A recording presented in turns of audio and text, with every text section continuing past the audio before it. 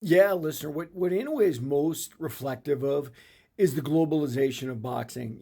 Boxing now is worldwide. And Inoue doesn't fight a lot in the United States. Why? He doesn't have to. He makes a lot of money fighting in Japan.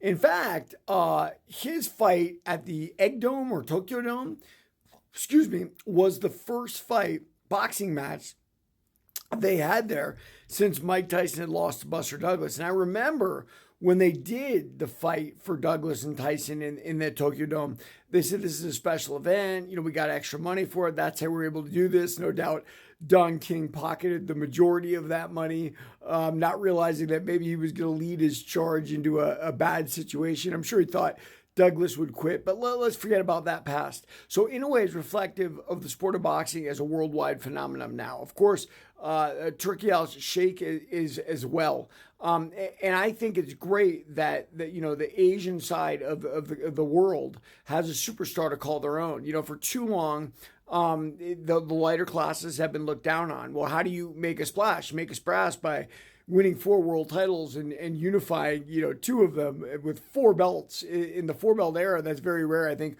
Usyk's done it and Crawford's done it. In a way, is the third guy to do it, and otherwise it hasn't been done. He reminds me a lot of Jeff Fenech. Back when I was a kid, Jeff Fenech was a fighter from Australia, and he won the junior bantamweight title, won the bantamweight title, won the junior featherweight title. And he's this white guy from Australia, and it was pretty amazing, right? He's beating Thai fighters, other Asian fighters. And unfortunately, we never really had him here until Don King brought him to fight his guy, Azuma Nelson, and he robbed Jeff Fenech in Las Vegas, I believe it was. And Fenech was really mad. He started screaming at Don King in the ring. And anyway, Azuma Nelson, who was king of the rematches, rematched Jeff Fenech and beat him. But the point is, Jeff Fenech was a fighter from Australia, and because he was a fighter from Australia, I didn't see a lot of his fights. And even though Inoue's had a contract with Top Rank, the times have been real weird, real spotty, so I haven't been able to get to see Inoue as much as I should.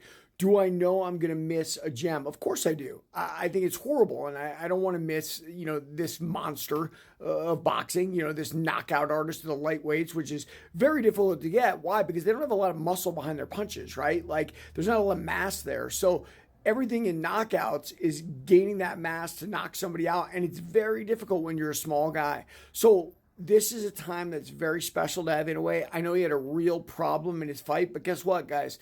If you don't have real problems in your fight, you're not exciting. You've got to be tested. People got to see that. They want to see that. So yeah, I'm thrilled about the guy. He's an absolute animal, beast. Yeah, absolute beast. And there it is.